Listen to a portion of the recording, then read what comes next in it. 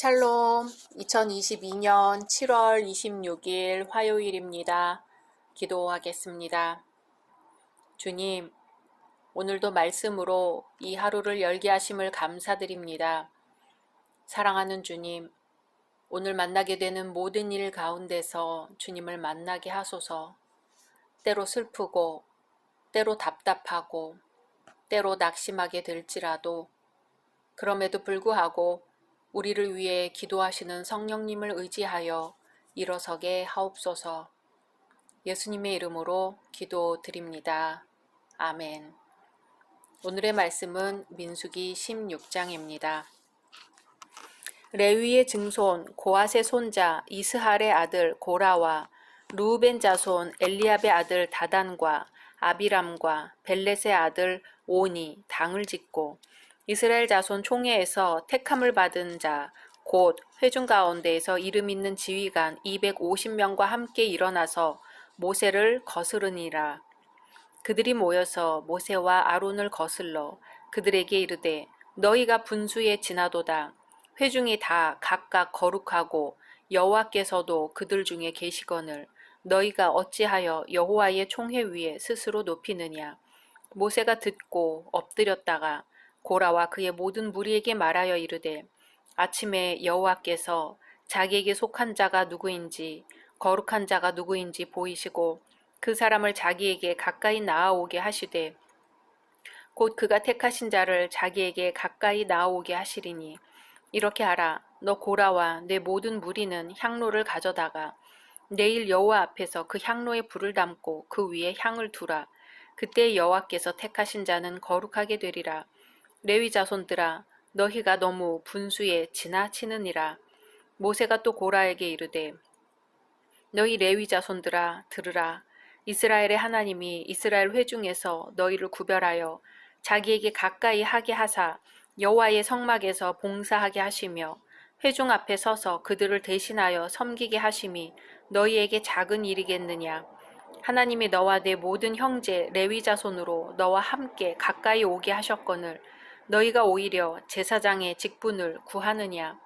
이를 위하여 너와 너의 무리가 다 모여서 여호와를 거스르는도다. 아론이 어떠한 사람이기에 너희가 그를 원망하느냐. 모세가 엘리압의 아들 다단과 아비람을 부르러 사람을 보냈더니 그들이 이르되 우리는 올라가지 않겠노라. 내가 우리를 젖과 꿀이 흐르는 땅에서 이끌어내어 광야에서 죽이려 함이 어찌 작은 일이기에 오히려 스스로 우리 위에 왕이 되려 하느냐.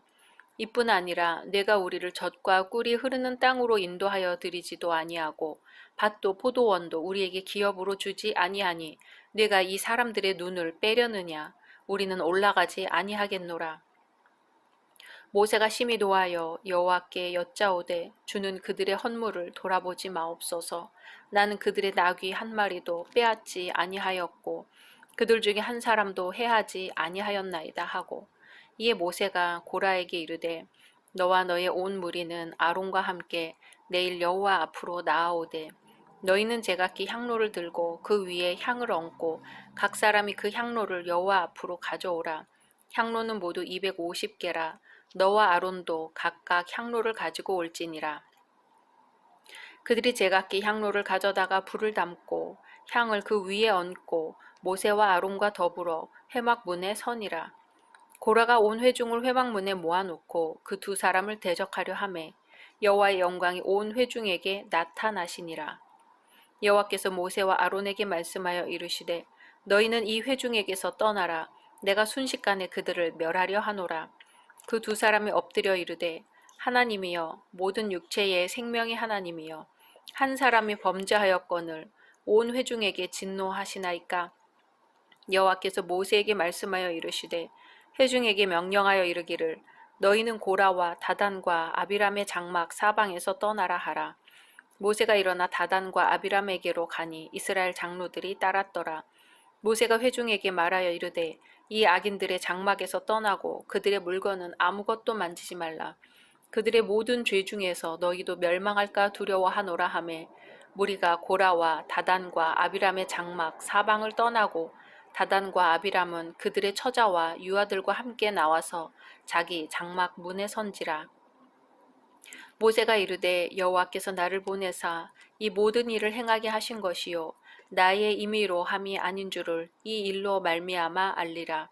곧 이 사람들의 죽음이 모든 사람과 같고 그들이 당하는 벌이 모든 사람이 당하는 벌과 같으면 여호와께서 나를 보내심이 아니거니와 만일 여호와께서 새 일을 행하사 땅이 입을 열어 이 사람들과 그들의 모든 소유물을 삼켜 산채로 스올에 빠지게 하시면 이 사람들이 과연 여호와를 멸시한 것인 줄을 너희가 알리라. 그가 이 모든 말을 마치자마자 그들이 섰던 땅바닥이 갈라지니라. 땅이 그 입을 열어 그들과 그들의 집과 고라에게 속한 모든 사람과 그들의 재물을 삼키매 그들과 그의 모든 재물이 산채로 스올에 빠지며 땅이 그 위에 덮이니 그들이 회중 가운데서 망하니라. 그 주위에 있는 온 이스라엘이 그들의 부르짖음을 듣고 도망하며 이르되 땅이 우리도 삼킬까 두렵다 하였고 여호와께로부터 불이 나와서 분향하는 250명을 불살랐더라. 여호와께서 모세에게 말씀하여 이르시되 너는 제사장 아론의 아들 엘르아살에게 명령하여 붙는 불 가운데에서 향로를 가져다가 그 불을 다른 곳에 쏟으라. 그 향로는 거룩함이니라. 사람들은 범죄하여 그들의 생명을 스스로 해하였거니와 그들의 향로를 여호와 앞에 드렸으므로 그 향로가 거룩하게 되었나니 그 향로를 쳐서 제단을 쌓는 철판을 만들라. 이스라엘 자손에게 표가 되리라 하신지라. 제사장 엘르아살이 불탄 자들이 드렸던 놋 향로를 가져다가 쳐서 제단을 싸서 이스라엘 자손의 기념물이 되게 하였으니 이는 아론 자손이 아닌 다른 사람은 여호와 앞에 분향하러 가까이 오지 못하게 함이며 또 고라와 그의 무리와 같이 되지 않게 하기 위함이라. 여호와께서 모세를 시켜 그에게 명령하신 대로 하였더라.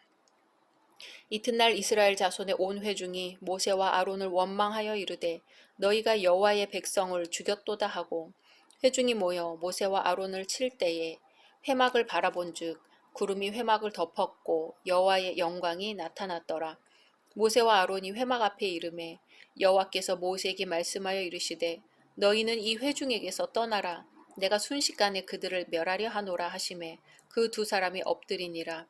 이에 모세가 아론에게 이르되 너는 향로를 가져다가 제단의 불을 그것에 담고 그 위에 향을 피워가지고 급히 회중에게로 가서 그들을 위하여 속죄하라. 여호와께서 진노하셨으므로 연병이 시작되었음이니라. 아론이 모세의 명령을 따라 향로를 가지고 회중에게로 달려간즉 백성 중에 연병이 시작되었는지라. 이에 백성을 위하여 속죄하고 죽은 자와 산 자 사이에 섰을 때에 연병이 그치니라. 고라의 일로 죽은 자 외에 연병에 죽은 자가 14,700명이었더라. 연병이 그침에 아론이 회막문 모세에게로 돌아오니라. 아멘. 인간의 죄된 본성 중에는 권력을 향한 끝없는 갈망이 있습니다. 권력이 주는 특권과 이득을 맛본 사람은 더욱더 높은 지위를 얻기 위해 고심하기 마련입니다. 하나님께서 자신에게 내려주신 고유한 지위와 특권에 만족하지 못하고 더 높은 곳으로만 향하려는 욕구는 결국 스스로를 파멸하는 결과를 초래하게 됩니다. 하지만 우리가 경계할 것은 권력에 대한 인간의 욕심이지 하나님께서 부여하신 권위 자체는 아닙니다. 레위 자손 고라와 루벤 자손 다단과 아비람 등은 무리를 지어 모세와 아론에 대한 반역을 꾀하였습니다. 이들은 개인적인 불만과 욕망은 달랐지만 공통적으로는 아론과 모세의 권위에 대해 반감을 갖고 대적하려 했습니다. 고라는 레위의 증손이요 고핫의 손자 이스할의 아들로서 모세의 사촌 형이었습니다. 그는 같은 레위 자손이면서도 모세와 아론만이 지도권을 갖는다는 것을 시기하였습니다. 그는 엘리사반이 고핫 족속의 족장이 된 것에 불만을 품었고 아론에게 주어진 제사장 직분을 탐냈습니다. 고라는 자신들의 위치에 불만을 품어온 다단과 아비람 형제 그리고 벨렛의 아들 온을 충동하여 당을 형성하고 총회의 유명한 두령들 250명을 그들에게로 끌어들였습니다. 다단과 아비람 그리고 온은 르우벤 지파 자손들로서 야곱의 장자였던 르우벤의 지파가 아닌 레위 지파에서 이스라엘의 지도자가 나왔다는 것을 불만스럽게 여겼습니다. 그리하여 그들은 모세의 지도자로서의 권위를 인정치 않고 비방했던 것이죠. 그들은 모세가 단지 이스라엘의 왕이 되기 위하여 이스라엘을 애굽에서 이끌어내었고 가나안에는 들어갈 능력도 되지 않는다며 하나님이 세우신 지도자 모세를 모함한 것입니다. 권력의 눈먼 자들이 하나님을 두려워하지 않게 된 것이죠. 모세를 백성들의 눈을 빼려는 자, 즉 판단을 흐리게 하는 자로 매도합니다. 백성은 자신들이 가나안에 들어갈 수 없는 것에 대해 자신들의 죄 때문이 아니며 지도자의 자격이 없는 모세 때문이라고 생각하고 반역에 동참했습니다. 많은 사람들이 악을 도모할 때에 그 가운데에 선을 지키는 일은 대단히 힘든 일입니다. 그러나 성경은 다수를 따라 악을 행하지 말라고 교훈합니다. 성도는 비록 소수일지라도 진리 편에 서야 합니다. 고라 일당이 퍼붓는 비난은 모두 사실이 아니었습니다. 이스라엘이 가나안으로 들어가지 못했던 이유는 백성들의 죄 때문이지 결코 지도자의 결함 때문이 아니었습니다. 이스라엘이 갈 길을 구름 기둥과 불 기둥으로 인도하시고 매일 먹을 양식까지도 일일이 주시는 하나님께서 어찌 백성을 통솔할 중요한 자리에 잘못된 지도자를 세우셨겠습니까? 고라 일당은 하나님을 두려워하는 마음이 없었기에 그저 인간적인 사고방식으로 지도자를 끌어내릴 생각만 한 것입니다. 그러나 모세는 이런 터무니없는 비난과 반역 앞에서도 온유함을 보였습니다. 그들의 잘못을 분명하게 지적하고 책망하면서도 인내하며 하나님께서 해결해 주시기를 바랐습니다. 모세는 최후의 수단으로 누가 하나님께서 세우신 백성의 참 지도자인지를 시험해 보자고 했습니다. 그래서 고라는 금향로를 가지고 성막 앞에 모였고 결과를 보기 위해 백성들도 그 자리에 모였습니다. 모세는 여호와께서 회중을 모두 멸하려 하시자 한 사람이 범죄하였거늘 온 회중에게 진노하시나이까 라며 여호와께서 회중을 멸하지 말 것을 간구하지요. 그리고 회중에게 악인들의 장막에서 떠나라고 경고합니다. 모세는 자신을 대적하는 자들을 온유함으로 대하며 회개할 기회까지 제공하지만 고라는 오히려 모세를 군중 앞에서 매도하며 비방합니다. 결국 모세를 대적하고 회개의 기회를 거절해버린 고라 반역당의 최후는 참으로 비참했습니다. 그들에 대한 하나님의 심판은 전례 없을 정도로 무서운 것이었습니다. 고라와 다단, 아비람 등 반역을 주도했던 사람들은 갑자기 땅이 갈라져서 생긴 틈에 빠져 산채로 매장된 것이죠. 심판은 이것으로 끝나지 아니하고 그들을 지지했던 250인의 족장들도 하나님의 불에 다 죽었으며 이 심판을 회개하는 마음으로 받아들이지 못하고 아론과 모세를 원망한 백성들이 연병에 걸렸습니다. 이와 같이 초자연적인 재앙으로 인한 죽음은 하나님이 세우신 의로운 신앙 지도자들을 대적하는 일에 대한 하나님의 진노가 얼마나 준엄한 것인지를 보여줍니다.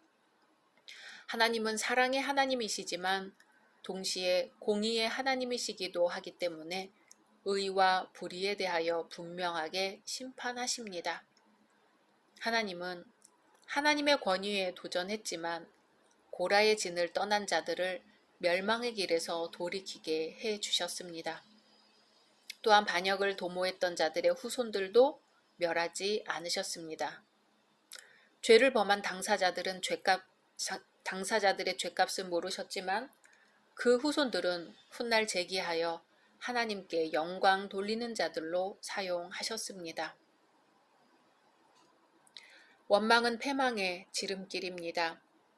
우리는 종종 우리의 뜻대로 일이 진행되지 않으면 자신을 탓하기보다는 불평을 하거나 남에게 그 탓을 돌리곤 합니다. 그러나 그러기 전에 먼저 나 자신의 잘못은 없는지 되돌아봐야 할 것입니다. 어떤 고통이나 환난에 부딪힐지라도 불평, 불만, 원망함을 일삼는 것이 아니라 그 상황을 주신 하나님께 감사하는 마음을 갖는 것이 참된 신앙인의 자세일 것입니다. 우리는 욕심이 잉태한 즉 죄를 낳고 죄가 장성한 즉 사망을 낳는다는 말씀을 분명히 기억하고 스스로 경계해야 할 것입니다. 각자 말씀 묵상하신 후 주기도문으로 마치겠습니다.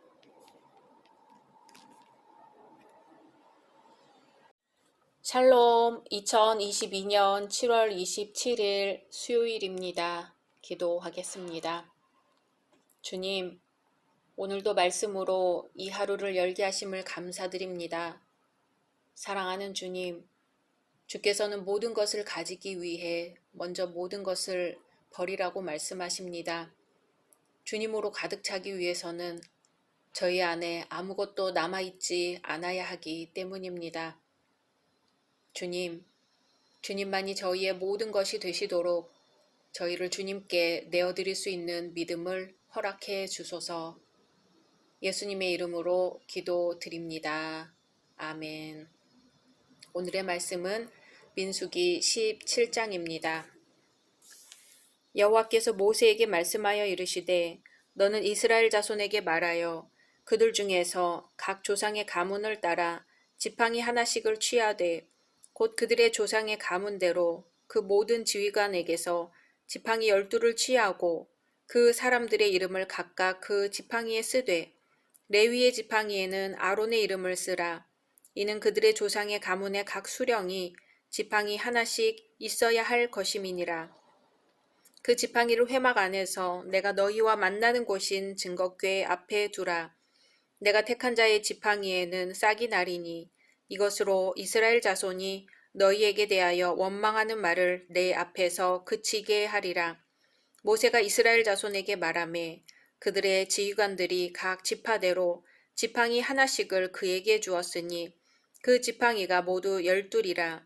그 중에 아론의 지팡이가 있었더라. 모세가 그 지팡이들을 증거의 장막 안 여호와 앞에 두었더라. 이튿날 모세가 증거의 장막에 들어가 본즉 레위 집을 위하여 낸 아론의 지팡이에 움이 돋고 순이 나고 꽃이 피어서 살구 열매가 열렸더라. 모세가 그 지팡이 전부를 여호와 앞에서 이스라엘 모든 자손에게로 가져오매 그들이 보고 각각 자기 지팡이를 집어 들었더라.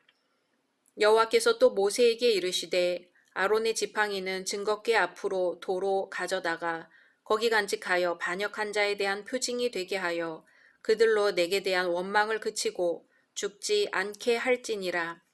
모세가 곧 그같이 하되 여호와께서 자기에게 명령하신 대로 하였더라. 이스라엘 자손이 모세에게 말하여 이르되 보소서 우리는 죽게 되었나이다. 망하게 되었나이다. 다 망하게 되었나이다. 가까이 나아가는 자 곧 여호와의 성막에 가까이 나아가는 자마다 다 죽사오니 우리가 다 망하여야 하리이까. 아멘. 앞장에서 고라 일당의 반역은 왜 아론과 모세만 종교, 정치 지도자로 활약할 수 있는가? 우리도 그들과 동등한 자격이 있으므로 능히 지도자로 나설 수 있지 않은가 하는 생각에서 비롯되었지요. 하나님께서는 이에 대해 교만한 고라 일당을 쓸어버리셨을 뿐 아니라 이스라엘 내에 잠재해 있는 반역과 불순종의 마음을 일소하시기 위해 아론의 마른 지팡이에 새싹을 돋게 하셨습니다. 먼저 하나님께서는 이스라엘 12지파에게 각각 한 개씩의 지팡이를 마련하게 하시고 족장들의 이름을 새기게 하셨습니다. 그리고 모세를 시켜 그 지팡이들을 모두 증거의 장막 안에 두게 하셨습니다. 이튿날이 되자 그 지팡이들 가운데 아론의 지팡이에만 싹이 트고 꽃이 피며 살구 열매가 맺히는 기적이 일어나게 하셨습니다. 그리고 아론의 싹난 지팡이를 패역한 자에게 영영한 교훈이 될 수 있도록 증거궤에 보관하게 하셨습니다. 이렇게 아론과 그 가문만이 지니는 제사장직의 고유성과 신적인 기원이 확연하게 밝혀집니다. 하나님께서는 당신의 일꾼들을 홀로 버려두지 않으시고 그들의 생명을 지켜주십니다. 이 같은 보살핌은 물론 단순히 한 인간의 명예와 권위 때문이 아니지요. 그 개인을 통해 이루고자 계획하신 하나님의 일을 온전히 성취하시려는 더 큰 목적이 있습니다. 초자연적 심판으로 고라 일당이 처참하게 죽는 것을 목격한 직후 죽은 살구나무에 열매가 열리는 이적까지 체험한 이스라엘 백성들은 심한 공포에 휩싸이게 되었습니다. 즉 그들은 이제 아론의 쌍난 지팡이만 여호와의 성막 안에 간직하게 하라는 하나님의 명령을 목도하고서는 자신들은 그 어떠한 형태로도 하나님의 성막으로 나아갈 수 없게 되었다고 오해하며 두려움에 휩싸인 것입니다. 그러나 사실 하나님께서는 아론의 지팡이를 소생시킴으로써 이스라엘 백성과의 단절되었던 관계를 새롭게 하고자 하셨습니다. 그리고 성막은 백성을 징계하는 장소가 아니라 백성과 친밀한 교제를 원하시는 하나님의 임재 처소였습니다. 그러므로 백성들은 제사장의 중보로 충분히 하나님과 교제할 수 있었습니다. 그럼에도 불구하고 그들이 두려웠던 것은 아직도 자신들의 죄악을 정확히 깨닫지 못한 증표이며 하나님을 바로 알고 신앙하지 못한 까닭입니다. 신앙생활에 있어서 제일 우선되어야 할 것은 자신이 죽을 수밖에 없는 죄인이라는 사실과 그럼에도 불구하고 하나님께서는 나를 구원하셨고 여전히 사랑하신다는 점을 믿고 아는 일입니다. 성경을 살펴보면 선지자, 제사장, 왕, 사도들을 하나님이 직접 선택하시고 임명하신다는 것을 알 수 있습니다. 왜냐하면 이 직분들이 하나님의 일을 대행하는 특수한 것이라는 사실을 널리 공포하기 위해서이죠. 이 사실을 알려주는 것이 기름 부음 의식과 안수 의식이었습니다. 특히 신약 시대의 사도들은 하나님이나 예수 그리스도로부터 직접 그 사명을 받았습니다. 오늘날 여러 교파가 있으나 그들 모두 하나님께서 교회의 사역자들을 임명하신다는 사실에는 동의합니다. 다만 차이는 어떤 형태의 조직이 하나님의 뜻을 최대로 반영할 수 있는가에 대한 것이죠. 이것은 오직 하나님만이 교회를 다스리시고 지배하셔야 하며 그 지배는 인간의 교훈이 아닌 하나님의 말씀으로 실행되어야 함을 강조합니다. 여기에는 사람의 섬김이 필요합니다. 그래서 하나님은 적절한 사람을 파송하십니다. 그러나 하나님은 당신의 권세와 영광을 당신이 파송한 이들에게 송두리째 양도하시지는 않습니다.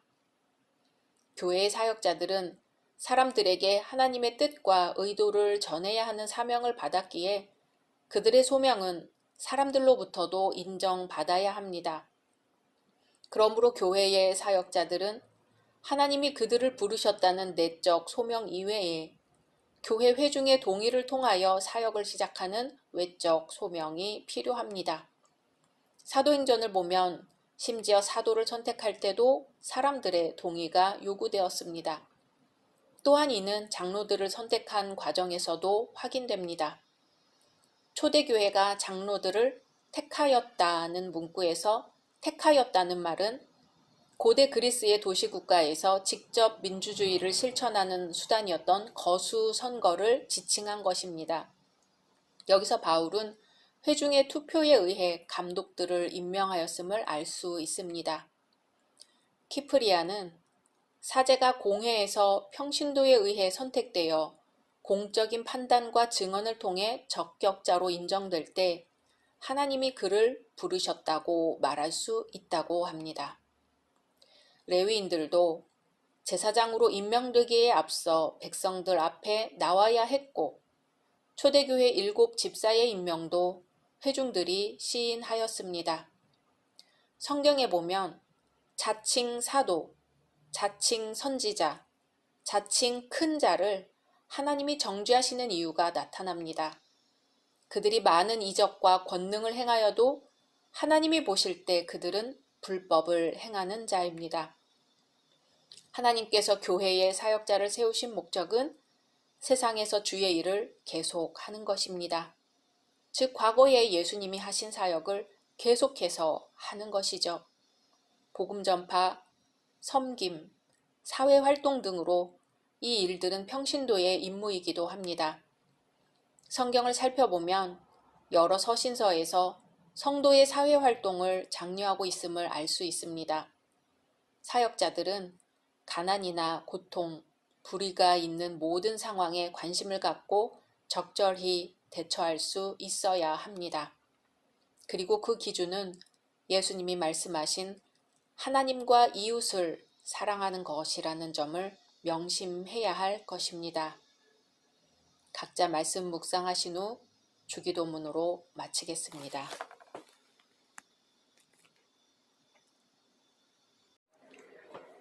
샬롬, 2022년 7월 28일 목요일입니다. 기도하겠습니다. 주님, 오늘도 말씀으로 이 하루를 열게 하심을 감사드립니다. 사랑하는 주님, 바울 사도가 아무것도 가진 것이 없지만 사실은 모든 것을 가지고 있다고 고백한 것과 같이 저희도 영적으로 가난해짐으로써 주님 한 분만으로 가득 차게 하여 주옵소서. 예수님의 이름으로 기도드립니다. 아멘. 오늘의 말씀은 민수기 18장입니다. 여호와께서 아론에게 이르시되 너와 네 아들들과 네 조상의 가문은 성소에 대한 죄를 함께 담당할 것이요 너와 네 아들들은 너희의 제사장 직분에 대한 죄를 함께 담당할 것이니라. 너는 네 형제 레위 지파 곧 네 조상의 지파를 데려다가 너와 함께 있게 하여 너와 네 아들들이 증거의 장막 앞에 있을 때 그들이 너를 돕게 하라. 레위인은 네 직무와 장막의 모든 직무를 지키려니와 성소의 기구와 제단에는 가까이 하지 못하리니 두렵건대 그들과 너희가 죽을까 하노라. 레위인은 너와 합동하여 장막의 모든 일과 회막의 직무를 다할 것이요 다른 사람은 너희에게 가까이 하지 못할 것이니라. 이와 같이 너희는 성소의 직무와 제단의 직무를 다하라. 그리하면 여호와의 진노가 다시는 이스라엘 자손에게 미치지 아니하리라. 보라, 내가 이스라엘 자손 중에서 너희의 형제 레위인을 택하여 내게 돌리고 너희에게 선물로 주어 회막의 일을 하게 하였나니 너와 네 아들들은 제단과 휘장 안의 모든 일에 대하여 제사장의 직분을 지켜 섬기라. 내가 제사장의 직분을 너희에게 선물로 주었은즉 거기 가까이 하는 외인은 죽임을 당할지니라. 여호와께서 또 아론에게 이르시되 보라, 내가 내 거제물 곧 이스라엘 자손이 거룩하게 한 모든 헌물을 내가 주관하게 하고 내가 기름 부음을 받았으므로 말미암아 그것을 너와 내 아들들에게 영구한 몫의 음식으로 주노라. 지성물 중에 불사르지 아니한 것은 내 것이라.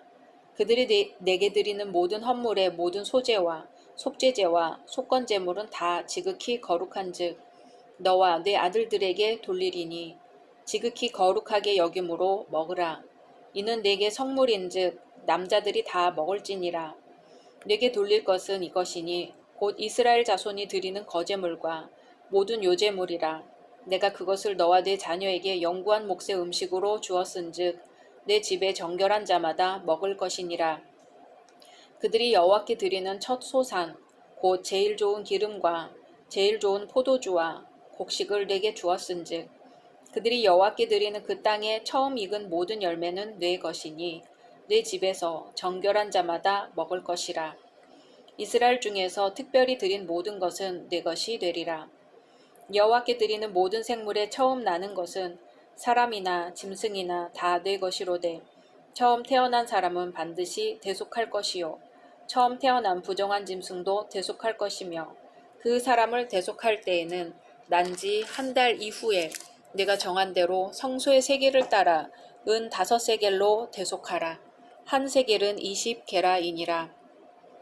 오직 처음 태어난 소나 처음 태어난 양이나 처음 태어난 염소는 대속하지 말지니 그것들은 거룩한즉 그 피는 제단에 뿌리고 그 기름은 불살라 여호와께 향기로운 화제로 드릴 것이며 그 고기는 내게 돌릴지니 흔든 가슴과 오른쪽 넓적다리 같이 내게 돌릴 것이니라. 이스라엘 자손이 여호와께 거제로 드리는 모든 성물은 내가 영구한 몫의 음식으로 너와 네 자녀에게 주노니 이는 여호와 앞에 너와 네 후손에게 영원한 소금 언약이니라. 여호와께서 또 아론에게 이르시되 너는 이스라엘 자손의 땅에 기업도 없겠고 그들 중에 아무 분깃도 없을 것이나 내가 이스라엘 자손 중에 내 분깃이요 내 기업이니라. 내가 이스라엘의 11조를 레위 자손에게 기업으로 다 주어서 그들이 하는 일, 곧 회막에서 하는 일을 갚나니 이후로는 이스라엘 자손이 회막에 가까이 하지 말 것이라. 죗값으로 죽을까 하노라. 그러나 레위인은 회막에서 봉사하며 자기들의 죄를 담당할 것이요 이스라엘 자손 중에는 기업이 없을 것이니 이는 너희 대대의 영원한 율례라.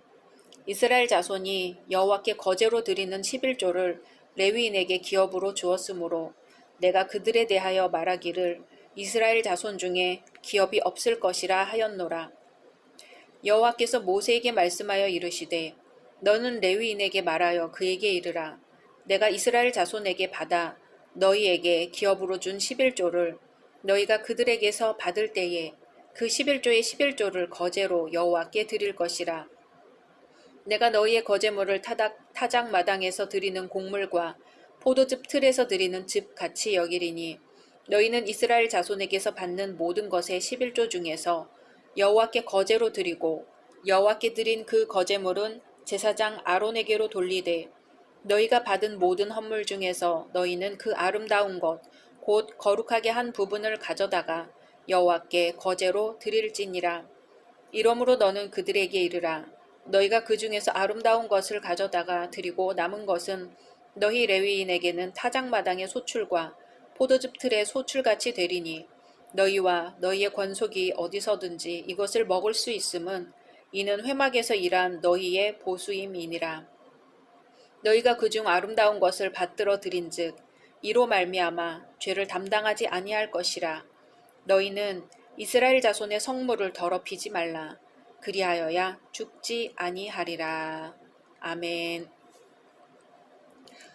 신약시대의 그리스도께서는 주님의 몸된 교회 안에 성도의 대표라 할 수 있는 사도, 선지자, 전도자, 장로, 교사, 집사들을 세우셨습니다. 그리고 직분자에게 특별한 권한을 허락하셔서 교리, 예배, 권징들이 바르게 시행되고 유지되도록 책임을 부여하셨습니다. 이처럼 직분자를 세우고 권세를 부여하사 교회를 돌보게 하신 것은 구약시대에도 동일하게 적용됩니다. 구약시대에 하나님은 광야교회라고 칭할 수 있는 이스라엘을 위하여 직분자를 세우셨습니다. 신약시대와 비교하여 볼 때 세부적으로 구분되지는 않았지만 구약시대의 상황, 곧 제사의식으로 하나님께 나아가며 그분과 교제할 수밖에 없는 상황에 합당하게 일꾼을 세우심으로써 언약 공동체의 신앙생활이 건실하게 유지될 수 있도록 하셨습니다. 오늘 본문은 아론과 그의 후손 그리고 레위인들이 이스라엘 백성 전체를 대표해서 섬겨야 하는 직무에 대해 기록되어 있습니다. 오늘 말씀을 통하여 직분과 관련된 의미들을 살펴보려고 합니다. 7절에서는 직분을 가리켜 하나님의 선물이라고 칭합니다. 신약 성경에서는 이 선물이라는 용어를 주로 구원, 성령, 영생, 은사들을 가리키는데 사용됩니다. 이 용어들의 공통점이 있는데요. 선물이란 받을 자격을 갖추지 못했음에도 오직 하나님의 은혜로 주어지는 것을 가리키며 인간에게서 비롯된 것이 아니라 하나님께로부터 비롯된다는 것입니다. 에베소서 2장 8절에서는 이렇게 말씀합니다. 너희가 그 은혜를 인하여 믿음으로 말미암아 구원을 얻었으니 이것이 너희에게서 난 것이 아니요 하나님의 선물이라. 아멘. 아론의 제사장직은 하나님의 선물입니다.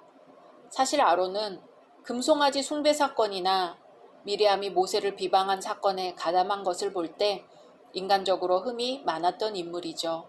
그러나 하나님의 전적인 은혜로 제사장으로 임명받은 것입니다. 오늘날에도 하나님은 교회 안에 다양한 직분자를 두시며 직분에 합당한 임무를 부여하십니다. 마가복음에서는 예수께서 12 제자를 선택하신 목적에 대해 자기와 함께 있게 하시고 또 보내사 전도도 하며 귀신을 내어 쫓는 권세도 있게 하려 하심이러라 하고 말씀합니다. 오늘 말씀에 나오는 아론과 그의 후손 그리고 레위 지파의 직무를 보더라도 그 직무의 목적과 의미가 분명히 나타납니다. 제사장 아론은 성소와 단의 직무를 감당해야 했습니다. 성소의 직무란 등불을 점검하고 진설병을 준비하며 분향하는 성소 내의 제방 관리를 가리킵니다. 단의 직무란 제단의 불을 꺼지지 않게 타도록 하며 제물을 드리는 번제단과 관련된 제사 사역에 대한 일을 말합니다. 그리고 레위지파 제사장들을 보좌하여 각종 성막 봉사 직무를 감당해야 했습니다. 그러나 하나님은 직무가 잘못 수행될 때는 책임을 물으십니다. 아론의 아들 나답과 아비후는 여호와의 명하시지 않은 불로 여호와 앞에 분향하는 과오를 범하여 불에 삼킴을 당했습니다. 그러므로 하나님은 1절에서 아론과 레위 종족을 향하여 죄를 담당하라고 명하십니다. 성소와 관련된 죄를 지었을 경우엔 제사장과 레위인이 공동으로 책임을 담당해야 하며 제사장 직분과 관련된 죄는 제사장이 홀로 책임을 져야 했습니다. 특별히 제사장 직분과 관련된 죄가 있다는 사실은 비록 구약의 제사장이 하나님께 거룩히 구별되어 속죄 사역을 감당했다 할지라도 그 역시 죄사함을 받아야 하는 죄인임을 상기시킵니다. 오직 죄와 상관없는 참된 제사장은 예수 그리스도 한 분뿐이십니다. 그럼 제사장과 레위지파의 관계는 어떠했을까요? 아론과 레위지파는 권위나 직무 차원에서 확연하게 다릅니다. 하지만 하나님은 아론에게 너희 형제 레위인을 취하여 내게 돌리고 너희에게 선물로 주시겠다고 말씀하십니다. 이 말씀은 아론이 그와 함께 하나님을 섬기는 레위인에 대하여 가져야 할 태도에 대해 암시합니다. 곧 하나님을 섬기기 위하여 함께 부름을 받은 형제로서 비록 레위인이 아론에게 속한 조력자이지만 아론에게 속하기 이전에 먼저 하나님께 속한 신분임을 인정하라는 의미입니다. 그러므로 하나님의 교회를 섬기도록 함께 부름받은 직분자들은 비록 직분과 역할은 다르다 할지라도 동역자 의식을 가짐으로써 서로 섬기고 돕는 자로서의 관계를 유지해야 합니다. 하나님은 오늘도 교회 안에 직분자를 세우시고 그들을 통하여 하나님의 나라를 든든히 세워나가기를 원하십니다. 그러므로 직분자들은 자신의 직분을 단지 명예나 자랑거리로 여길 것이 아니라 오히려 하나님의 전적인 은혜에서 비롯된 것임을 깨닫고 맡겨진 직분에 충성함으로써 교회의 덕을 세우며 하나님의 영광을 높이는 일에 힘써야 할 것입니다. 더욱이 모든 직분자들은 서로 간에 형제애와 동역자 의식을 가지고 하나된 모습으로 교회를 섬겨야 할 것입니다. 그것이야말로 머리 대신 예수님을 중심으로 성도가 한 몸을 이루는 것입니다. 각자 말씀 묵상하신 후 주기도문으로 마치겠습니다. 샬롬. 2022년 7월 29일 금요일입니다. 기도하겠습니다. 주님, 오늘도 말씀으로 이 하루를 열게 하심을 감사드립니다. 사랑하는 주님, 주님을 따르는 것에 실패할지도 모른다는 두려움이 있습니다. 그러나 주님, 이제 비 오니 저희의 실패와 약함을 제거해 주소서. 주님께서는 있는 그대로의 우리를 부르셨다는 것을 기억하고 지금 이대로 주님을 따르도록 믿음을 허락해 주옵소서. 예수님의 이름으로 기도드립니다. 아멘. 오늘의 말씀은 민수기 19장입니다.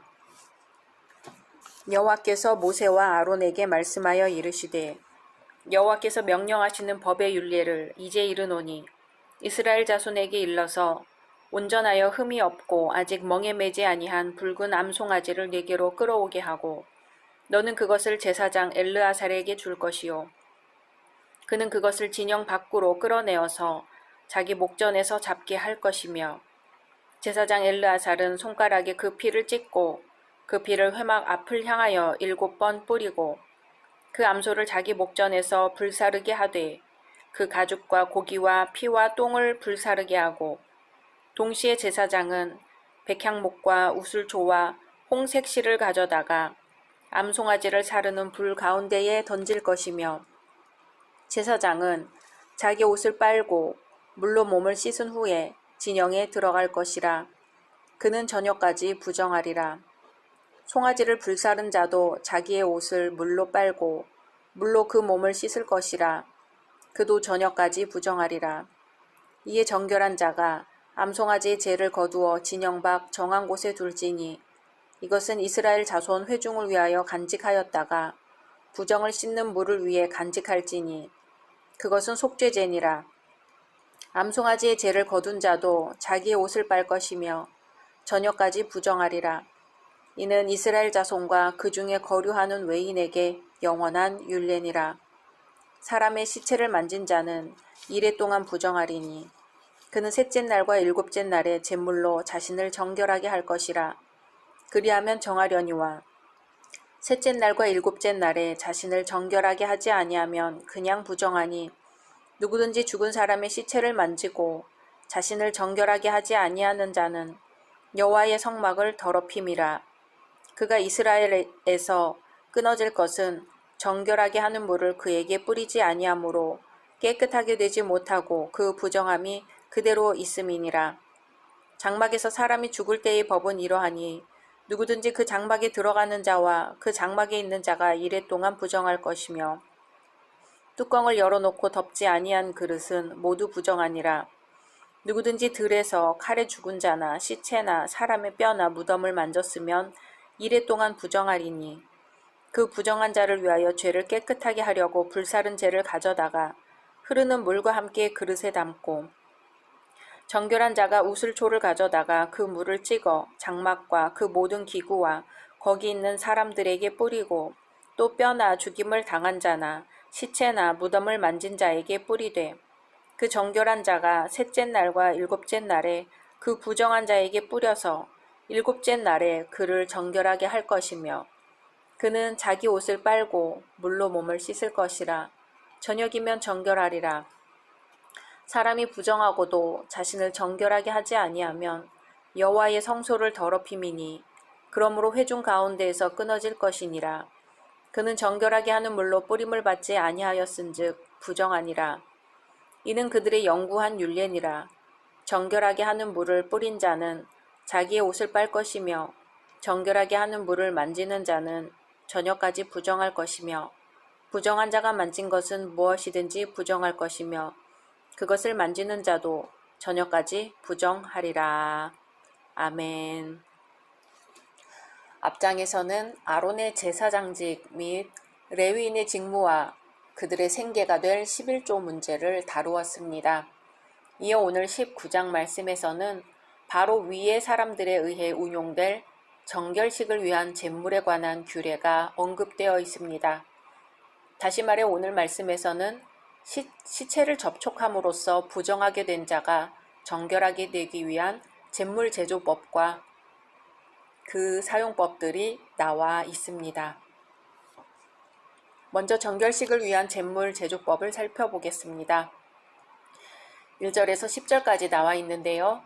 여기서는 죽은 사람의 시체로 인한 부정을 깨끗게 하는 데 사용될 암송아지의 제물 제조법이 나옵니다. 암송아지 제물 제조 절차를 살펴보면 다음과 같습니다. 먼저 아무런 결격 사유가 없는 붉은 암송아지를 백성으로 하여금 끌고 나오게 한 다음 아론의 아들 엘르아살에게 진 밖에서 그것을 죽이는 일을 감독하게 했습니다. 그런 후 엘르아살이 그 송아지의 피를 회막 앞에 7번 뿌리고 그 송아지와 더불어 백향목, 우슬초, 홍색실을 곁들여 불사르도록 했습니다. 물론 송아지 도살에 참여했던 자는 따로 정결례를 치러야 했고 그렇게 만들어진 암송아지의 재를 진 밖에 보관하여 필요시마다 부정을 깨끗게 하는 물 제작에 사용하게 했습니다. 한편 부정을 위한 제물 제조에 사용되었던 4가지 제물, 곧 붉은 암송아지와 백향목, 우술초, 홍색 실 등은 우리 인간들을 죄악으로부터 영원히 정결케 하시는 예수 그리스도의 인격과 사역을 예표하는 기능을 합니다. 실로 범죄한 인간이 거룩하신 하나님 앞에서 정결케 될 수 있는 유일한 방법은 예수 그리스도와 그분의 대속의 보혈뿐입니다. 다음으로 암송아지 제물 사용법이 나옵니다. 11절에서 19절 말씀까지인데요. 암송아지 제물을 어떤 경우에 어떻게 사용해야 하는지를 자세히 언급하고 있습니다. 즉 본문에는 시체를 직접 접촉한 자뿐만 아니라 시체가 지닌 강력한 부패성에 오염된 사람이나 심지어 그릇과 각종 기구까지 부정하다고 정죄하였으며 그것을 제물로 정결케 하는 방법을 제시하고 있습니다. 이처럼 하나님께서 시체와 직간접으로 접촉한 사람이나 그 시체의 부패한 영향권 안에 있었던 물건을 부정하다고 취급하신 이유는 시체 곧 죽음이 죄로 말미암아 빚어진 결과이며 그것이 물건이나 산 사람에게 죄와 부패를 전염시키는 것으로 간주하셨기 때문입니다. 그러나 신약시대 이후를 살아가는 우리가 분명히 알 것은 이러한 의식적인 부정은 죽음의 권세를 이기시고 부활하신 그리스도로 말미암아 그 효력을 상실하고 말았다는 사실입니다. 이와 같이 성경은 죽음의 상태가 인간 본래의 존재 양식이 아닐 뿐 아니라 그 죽음의 문제를 해결하실 분은 오직 생명과 부활의 주이신 예수 그리스도이심을 가르치고 있습니다. 마지막으로 부정한 자가 정결식을 등한히 할 경우에 대해 나옵니다. 20절에서 22절 말씀입니다.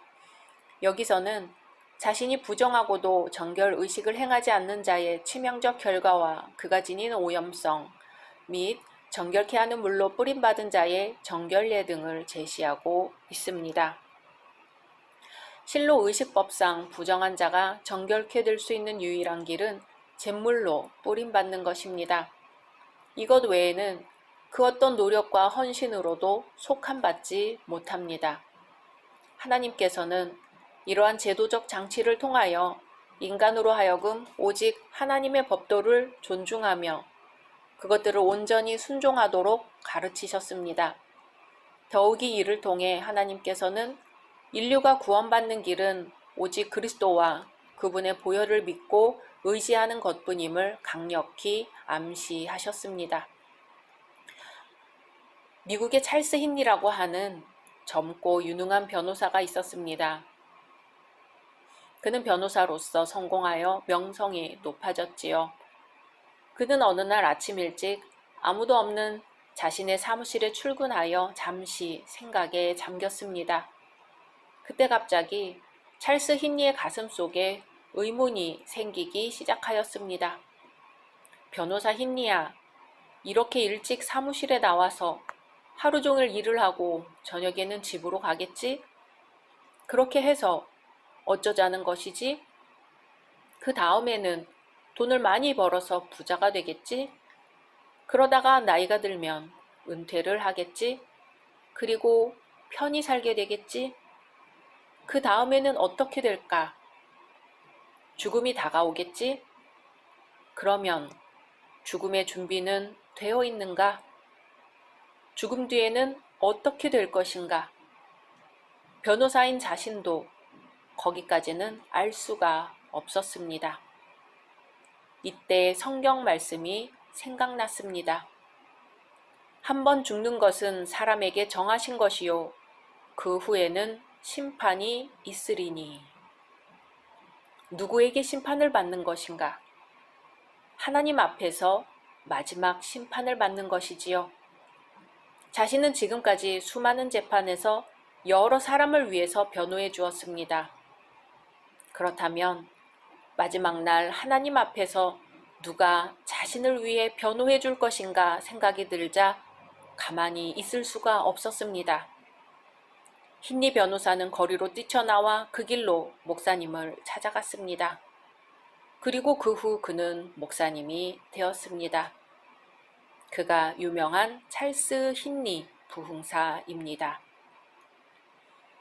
종교와 예술과 철학이 아무리 죽음을 노래하고 다른 차원으로 설명하여도 삶은 삶이고 죽음은 죽음임을 성경은 말씀합니다. 무엇보다 부정한 죽음으로부터 정결함을 얻을 수 있게 해주는 것은 예수 그리스도라는 오직 한 그릇의 잿물임을 깨달아야 할 것입니다. 각자 말씀 묵상하신 후 주기도문으로 마치겠습니다.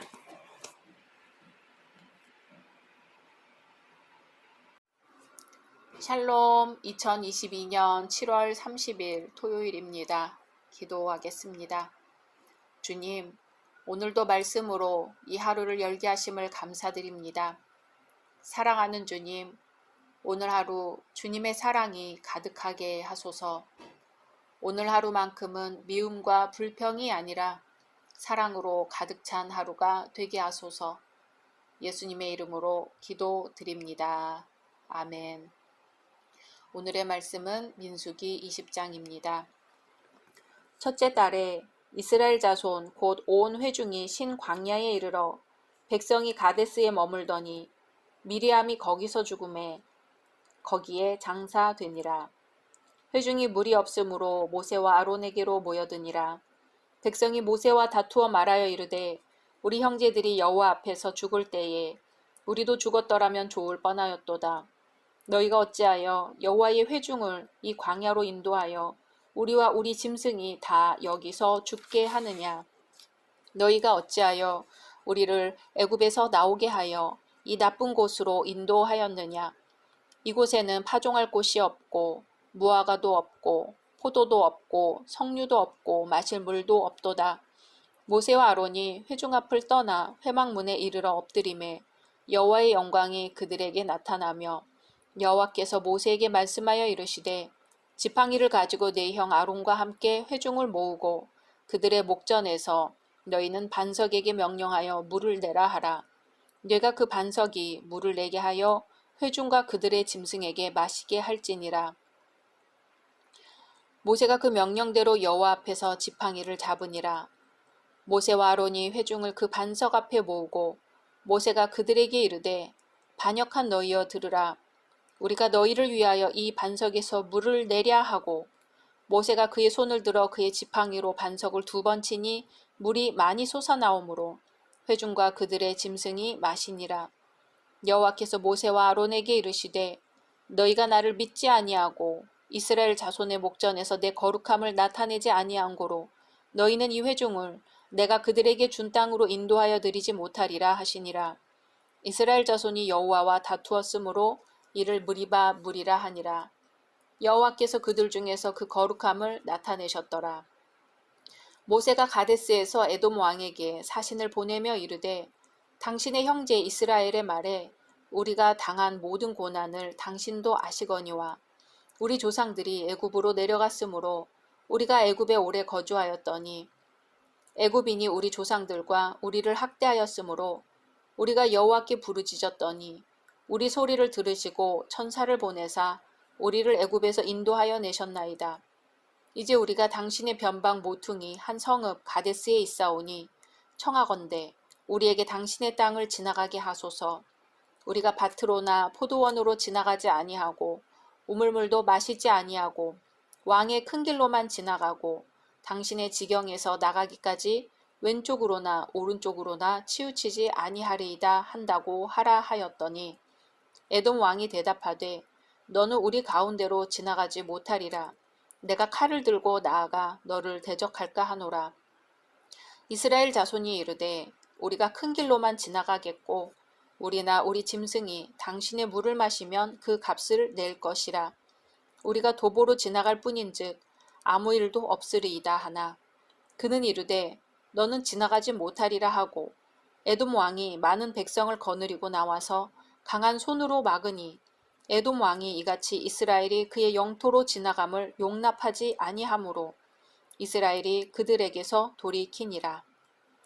이스라엘 자손 곧 온 회중이 가데스를 떠나 호르산에 이르렀더니 여호와께서 에돔 땅 변경 호르산에서 모세와 아론에게 말씀하시니라. 이르시되 아론은 그 조상들에게로 돌아가고 내가 이스라엘 자손에게 준 땅에는 들어가지 못하리니 이는 너희가 무리바 물에서 내 말을 거역한 까닭이니라. 너는 아론과 그의 아들 엘르아살을 데리고 호르산에 올라 아론의 옷을 벗겨 그의 아들 엘르아살에게 입히라. 아론은 거기서 죽어 그 조상에게로 돌아가리라. 모세가 여호와의 명령을 따라 그들과 함께 회중의 목전에서 호르산에 오르니라. 모세가 아론의 옷을 벗겨 그의 아들 엘르아살에게 입히매 아론이 그 산 꼭대기에서 죽으니라. 모세와 엘르아살이 산에서 내려오니 온 회중 곧 이스라엘 온 족속이 아론이 죽은 것을 보고 그를 위하여 30일 동안 애곡하였더라. 아멘. 우리는 앞서 민수기 19장에서 부정을 깨끗게 하는 붉은 암송아지 제물 규례를 살펴보았습니다. 이어지는 오늘 민수기 20장은 시간적으로 급선회하여 이스라엘이 약 38년간의 광야 방랑 생활을 마치고 드디어 바라던 가나안 땅으로 진군에 들어가기 위해 다시 가데스에 돌아온 사건을 다루고 있습니다.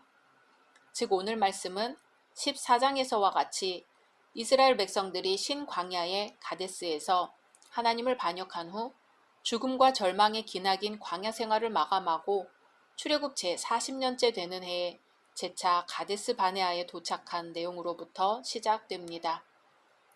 약 38년 전 이스라엘은 지금 막 도착한 가데스 바네아에서 감히 여호와께 불평과 원망을 함으로써 고통스러운 광야 생활을 시작해야만 했고 또한 20세 이상 된 자들은 그 광야에서 죽어가야만 했습니다. 오늘 말씀은 그럼에도 불구하고 38년이 지난 오늘 또다시 바로 그 자리에서 물이 없다는 이유로 이스라엘 백성들이 지도자를 원망하는 것이지요. 그리고 모세는 그들에게 혈기로 맞섭니다. 1절에서 이스라엘은 출애굽할 때부터 지도자 중 한 사람으로 활약했던 미리암의 죽음을 맞습니다. 또 출애굽과 그 이후 내내 함께하셨던 하나님의 은혜를 완전히 망각하고 먹을 물이 없다는 이유만으로 모세와 아론을 원망했지요. 바로 무리바 물 사건입니다.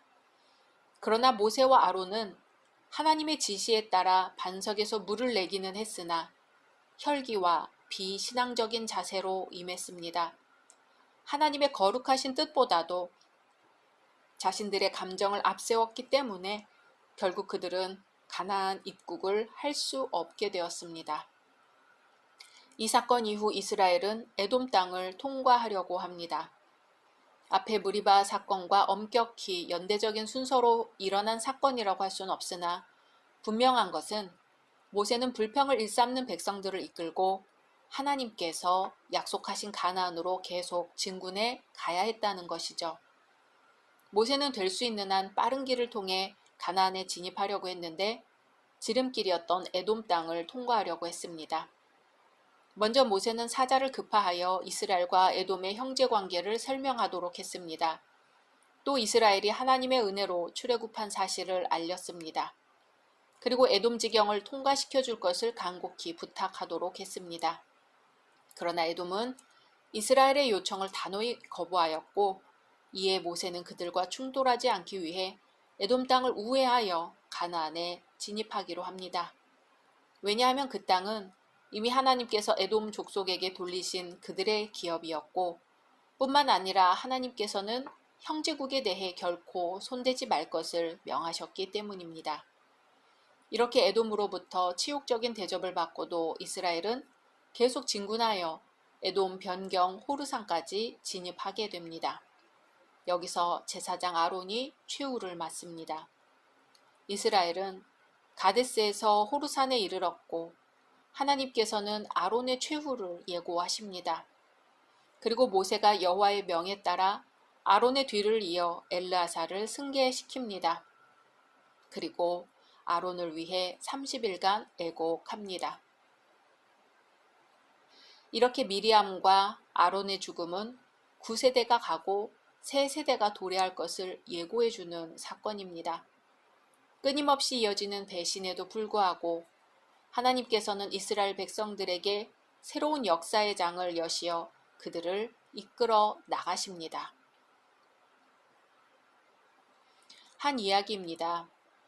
한 농부내외가 살고 있었습니다. 어느 날 그들에게 천사가 나타나 3가지 소원을 말하면 그 즉시 이루어진다고 축복해주고는 사라졌지요.